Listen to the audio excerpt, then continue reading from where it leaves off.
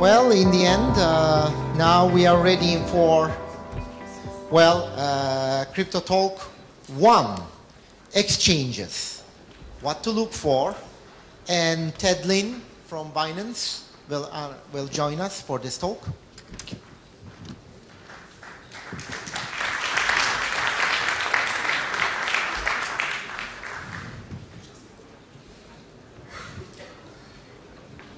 Just getting the slides up. One moment, please.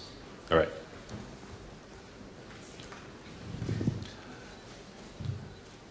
Now, some of you have been here when I was doing the panel about the startups.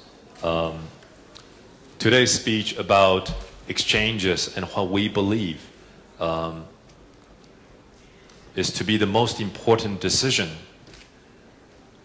when you embark on the journey in crypto is actually framed around that concept.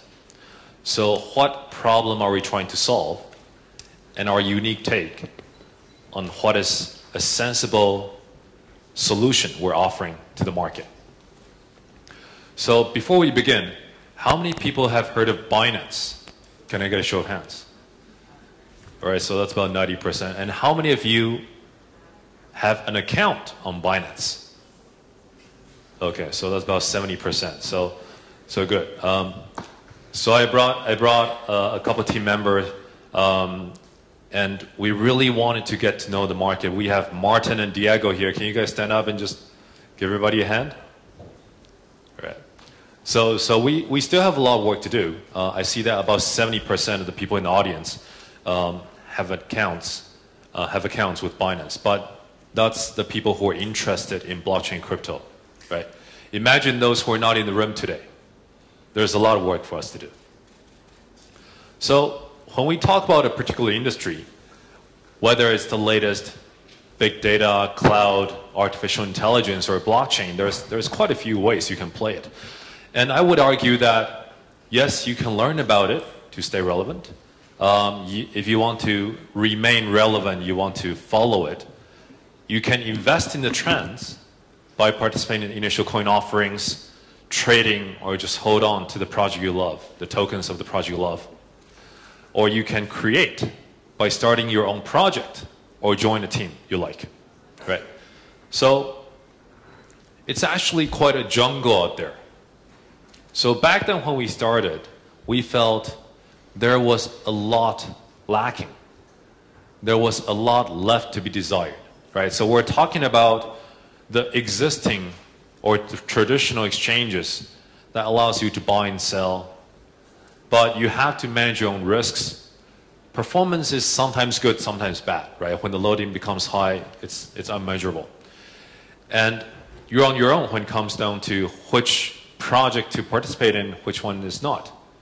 And liquidity in terms of overall volume in the exchange is not always good, right? I think the world needs a better exchange. And I would say one of the first ones is a fast and secure experience. The technology has to be solid. It has to be absolutely secure.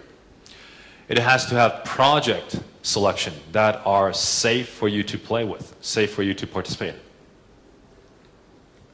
The volume has to be deep enough. We're talking about liquidity. User-friendly, rich knowledge base, because it's not just a platform where you buy and sell. It's a platform you should be able to learn from. It engages with the community and is transparent. And Binance, with that in mind, have grown into a 300 people company serving users from 180 countries worldwide. And the 300 people we have actually come from 39 different countries. So we believe Binance addressed all those points in the wish list, is able to provide users and the crypto venturers with the best experience. On the performance side, we're able to do 1.4 million transactions per second. Now that's one of the fastest in the market. In terms of the project reviews, we're actually very strict. I think recently the number has moved toward a less than 1% pass rate, right? If you think about out of the thousands of projects out there, which one should you invest in? One of the final questions before the last panel finished, like what token or what coin should you invest in?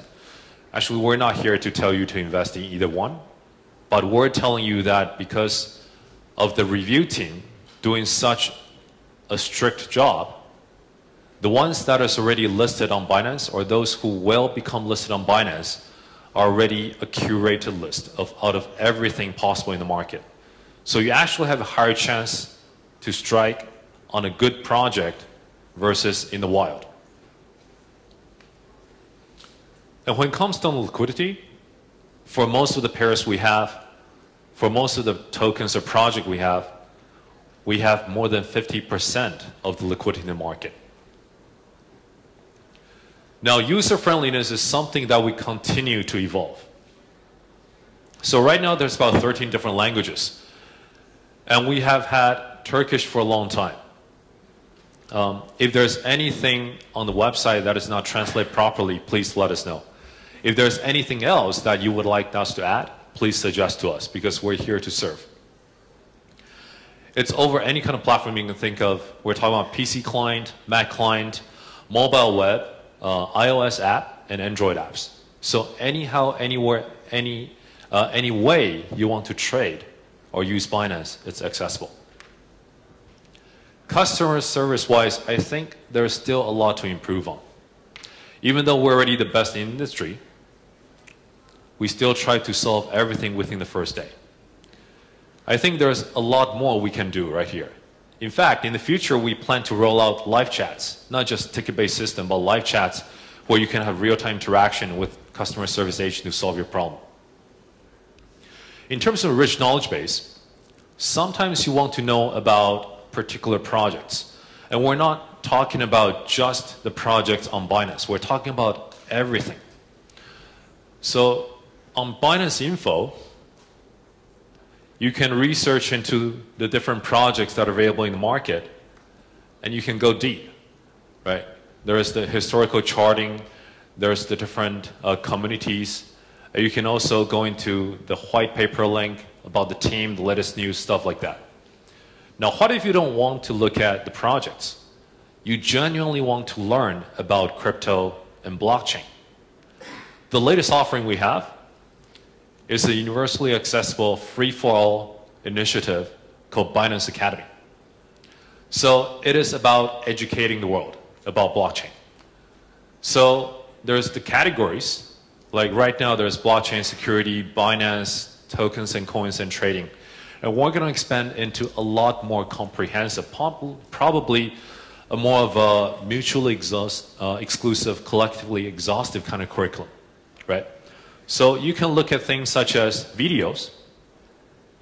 These are usually formatted in less than 5 minutes, probably 2 to 3 minutes of short videos. You can also look at, for example, if you want to read the articles, right? This one's about makers and takers. Or if you just want to look up the latest terms, we have a glossary. I believe we have more than 400 terms already on the glossary right now. So this will easily be your best friend. So no matter if it's video, article, or glossary, we hope even if you're not planning to trade, invest in crypto, this will be a very good platform to continue or start your learning journey. In terms of community management or community engagement, we have trading competitions, we have all sorts of community voting that allows you to pick the projects you like, and the winner actually gets a chance to list for free on Binance. We also have educational initiatives, DEX Hackathon, different types of AMA, or a lucky draw of special edition t-shirts. To talk about special edition t-shirts, tomorrow we will also be holding a meetup after the whole conference finishes. Okay? And there we're going to draw a few Istanbul special edition t-shirts if you're interested. So right now in terms of the social media, we have more than 900,000 followers on social media. I think we can do a lot more than that. We should actually onboard a lot more of the crypto enthusiasts. more than 200,000 on Telegram, and over 30 different languages on Telegram. When it comes down to transparency, we actually publish monthly reports. We also have a quarterly coin burn. So one of the things we promised in the white paper was every quarter we would take 20% of our profit, buy that amount of BNB, and burn it. So by burning means taking out from the circulation. So when we programmed BNB, that's Binance Coin, we had 200 million in circulation, right? And the goal is to burn half of it eventually, so there's only 100 million left. So the concept of coin burn is actually similar to paying back or dividend, if you think about it, but using a different mechanism. Say, for example, if you start by holding 1/4 of the total supply, that's the white part. And we burn actually 1/3 of the total supply. Okay, so those are gone. The original 1/4 you hold will now actually become 1/3 of the total supply due to burning away part of it. So the inherent value of the amount of tokens you hold, even though it's the same number of tokens, will increase. So that was our way of giving back to the community. Now, it doesn't matter what we say, but it's about what the people in the community say. So these are some of the acknowledgement that we have received thus far by being open and communicative. Now, within the Binance ecosystem, there's quite a few pillars. The most important part is the Binance Exchange. That's the most popular, most secure, and fastest way to exchange between crypto and crypto. We have the incubator arm, Binance Labs. We have the Launchpad, that's an ICO platform. We have Binance Info, that's the platform for looking at different projects. And definitely one of my favorite, Binance Academy. So education is such a vision that we actually went and got the Binance.vision URL. You can, of course, also access from Binance.com. So overall, we addressed the secure, the high performance, the quality, project selection, the liquidity, the community engagement, and transparency, as well as user friendliness. So we believe this is the right solution we can offer to the world by tackling the void in the market. Now, before I go, we were absolutely serious about adding people here in Turkey. So if you're working on something that you cannot excuse yourself from, but really want to help and participate in our community engagement, we have a program called Binance Angels. These are volunteers who really believe in our cause, believe in crypto, believe in blockchain, and believe in Binance's mission. And we also look for full-time community manager, peer specialist, and event organizers. So thank you very much for your time today.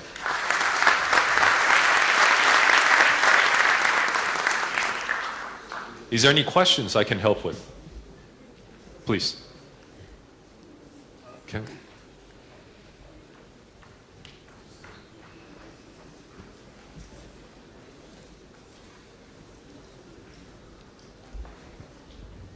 Could you also give some information about the due diligence procedures that you make for listing a currency and Sure. also the you mean costs selection? You said only 3% accepted, right? Sure. And You mean so you the must due be- diligence process of how do we judge which projects can list and which one cannot, right? Exactly. Okay. We do not see crypto projects or blockchain projects as a different types of animal from the traditional good business, good company, good team, and good product. Of course, technicality-wise, there's a different set of technology being used. And it is very different to try to put blockchain to good use versus other technology. But I think what many people fail to understand is we're not looking for a very unique set of qualifications that are not prevalent or available in the rest of the business world. In fact, we're looking for almost exactly the same thing.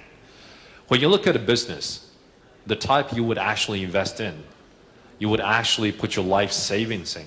You're looking at a good team, conscientious team with good track record, work tirelessly with a crystal clear mission. You're looking at a team that produces a tangible product that actually exists, not just vaporware, and they have users who tried them and like them. And we're talking about a lot of users who like them and will tell their friends to use it. We're looking at teams that actually deliver, not just raise money and talk the talk, but not walk the walk.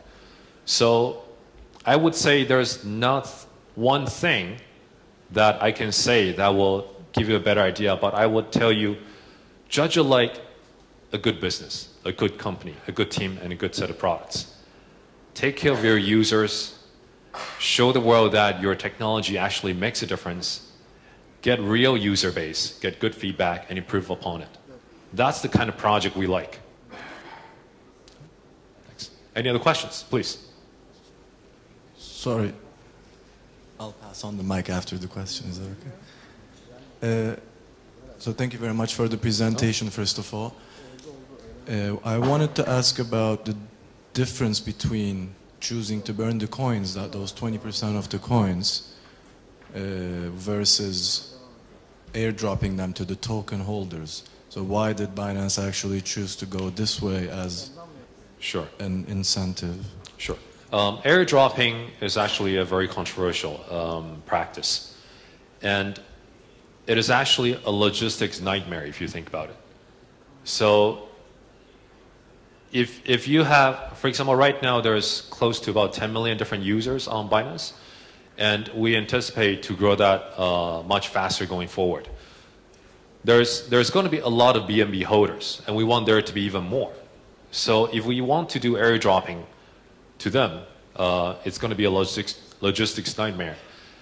So instead, we built in the burn function in the smart contract.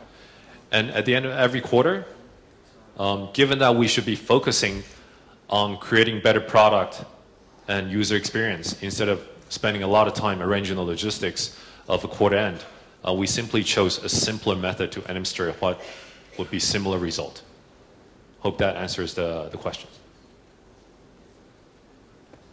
Please.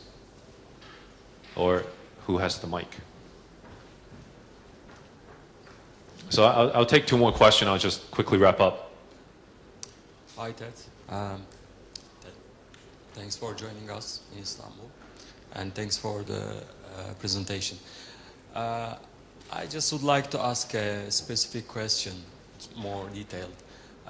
Thanks for telling us about Binance, but do you have any particular plan of prohibiting the pump and dump groups which can take any action they want in Binance platform, or you mean prohibiting? I don't know, like any action plan. Do you have any action plans of pump and dump groups? They can just organize and do whatever they want on the exchanges. Oh, you mean pump and dump? Yeah, yeah, exactly. Oh, okay, yeah, I see. Yeah. If you, I mean, in any terms of way, like by taking any serious action against these groups. So we have always been very serious about protecting users. And the pump and dump schemes are rather prevalent nowadays. So they operate on any kind of exchange, and they have like pump groups or whatever, and they have pump signal, and people come, take a swipe, and just leave. In our view, it's actually not just unethical, it's actually illegal. It's just wrong. So we are working on, in addition to what we have already, working on big data analysis and using artificial intelligence to look at the possible precursor, so like leading indicator, so like leading patterns. For example, when you actually go on anonymous account registration in a serial manner, right? It feels like you're going to do something wrong later. It doesn't matter if you start an attack or not. So There are patterns we're looking for, whether we've witnessed or not, and we're deducing further patterns for us to do advanced detection to thwart these kind of pump and dumps in advance before it happens. So we are looking at that very, very seriously, and we're using some high-end tech to help us with that. One last question, please.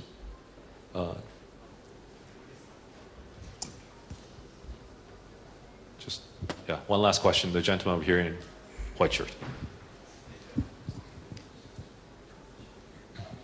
Binance white paper around a year ago, Binance has stated your vision was crypto exchanges was the future. But this week, Binance has started experimenting with a Fiat Exchange in Singapore. Would you like to clarify what's Binance's current vision on crypto versus Fiat exchanges? Yes. So our vision is to empower the world, empower everybody with the freedom of money, transaction, investment. They should be able to choose their preferred way to store value, transfer value. And out of all of that, crypto to crypto exchange and fiat to crypto exchange is just part of the facilities we can provide. So the intent was never to start and finish with a crypto to crypto exchange. Fiat to crypto is necessary because not every country or not everybody in the world has easy access to a crypto on-ramp. So if they still hold fiat money, they want to get their hands on the first crypto, whether token or coin.